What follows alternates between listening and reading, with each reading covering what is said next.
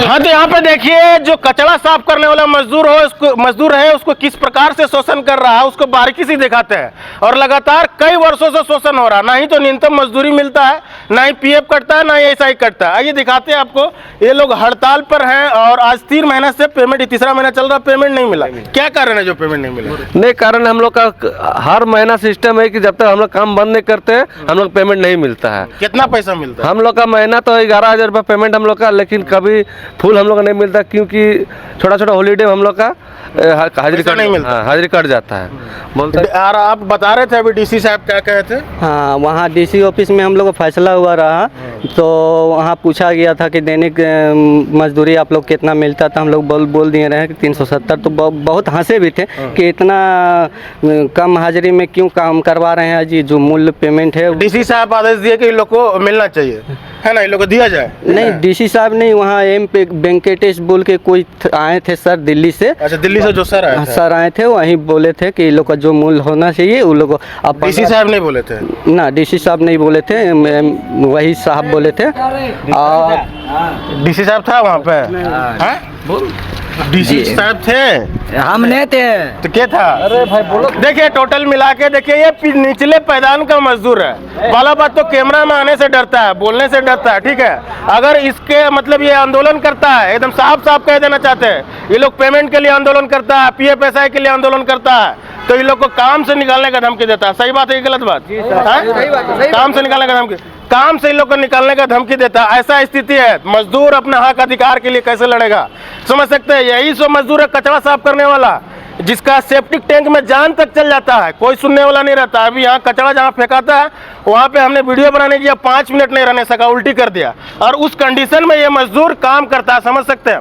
तो ये जो एक्जीक्यूटिव मैनेजर है यहाँ का, चाहे जो भी यहाँ पे है, उसको अगर 5 मिनट बैठा दिया जाए तो 5 मिनट नहीं रह पाएगा। उस स्थिति में ये लोग काम करता है, समझ सकते हैं। और 7 साल से यहाँ पे सिटी मैनेजर काम कर रहा है, लेकिन मजदूर का आज तक सिटी में 7 साल से यहाँ पे आज तक इन लोग को पीएफएसआई नहीं मिला। आज बाध्य होकर ये लोग जो कि जाम किया, यहाँ पे रोक दिया, यहाँ पे समझ सकते हैं। 3 महीना से इन लोग को पेमेंट नहीं हुआ, समझ सकते हैं। ये लोग को जो पीएफएसआई का पैसा है, न्यूनतम मजदूरी का पैसा, आखिर कौन खा रहा, कौन दलाल खा रहा, कौन रंगदार खा रहा, कौन ठेकेदार खा रहा? सबसे बड़ा सवाल ये है। कम से कम ये लोग को तो बकस देना चाहिए, न्यूनतम मजदूरी मिलना चाहिए, पीएफ पेंशन मिलना चाहिए।